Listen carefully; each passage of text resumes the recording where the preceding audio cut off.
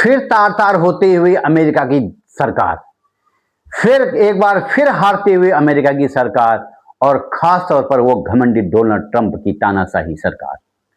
जी हाँ, जिस प्रकार से ईरान लगातार अमेरिका को नीचे दिखा रहा है, उसके लगातार विमानों को नीचे मधुमक्खी की तरह रेंग रहा है, वो अमेरिका का घमंड तार-तार हो रहा है। जी हाँ, लगभग 1 महीने से भी ज़्यादा का समय हो चुका है, जिस प्रकार से अमेरिका घमंड में था, तैश में था कि मैं युद्ध को 2-3 दिन में समाप्त कर दूँगा, ईरान को नेस्तनाबूद कर दूँगा, लेकिन खामनेई के वो बेटा आज ईरान को आँखों में आँखें डालकर युद्ध कर रहा है और पीछे हटने का नाम नहीं ले रहा है।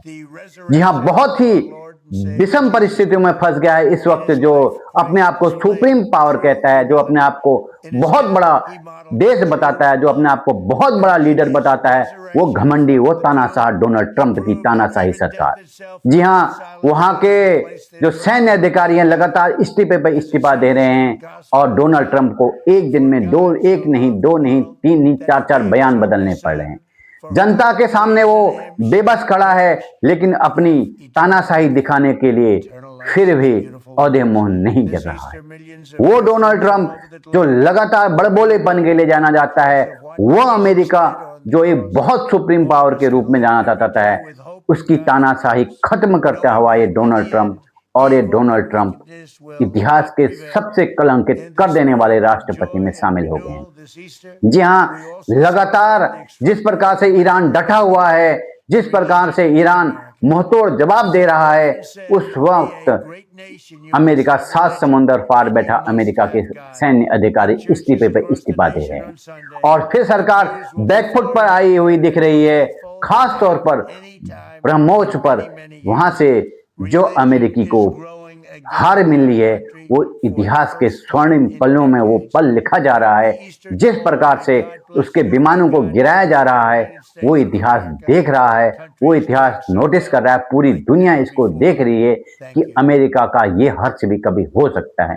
सभी देश जहां पर अमेरिका की इज्जत करते थे, इज्जत करने के साथ-साथ उससे खौफ खाते थे, क्योंकि वहां की सैन्य शक्ति से, वहां के विमानों से, वहां के लड़ाकू विमानों से, और लेकिन इस वक्त ईरान पूरी अमेरिका के नाक में दम करके बैठा है।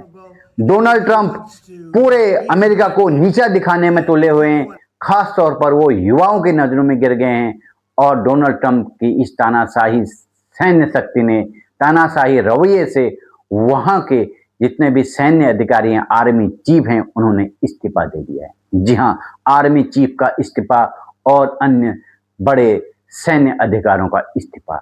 लगातार इस्तीफे पर इस्तीफे हो रहे हैं और डोनाल्ड ट्रंप को कुछ हमेशा की तरह मुंह की खानी पड़ रही है। जी हाँ, इस वक्त ईरान समूचे दुनिया में केंद्र बिंदु बना पड़ा है। ईरान की जिस प्रकार से यहाँ पर लड़ाई का नजरिया बदला है, जिस प्रकार से वो बैकफुट पर अमेरिका को लाकर खड़ा कर दिया है, उससे समूचा विश्व बिल्कुल आश्चर्यचकित है। और खामनेई के बेटे भी यहाँ पर पीछे हटने का नाम नहीं ले रहे हैं। दिन प्रतिदिन कुछ ऐसे मिसाइलों से दाग रहे हैं कि अमेरिका के लाखों करोड़ों रुपए की वो मशीनें ताश के पत्तों की तरह जमीन पर बैठ जा रही हैं। क्या कहेंगे आप डोनाल्ड ट्रंप की तानाशाही सरकार के बारे में? क्या ये युद्ध तीसरे युद्ध की हो जा रहा है? क्या ये युद्ध ईरान या अमेरिका की सरकार को सफाया करके जाएगा?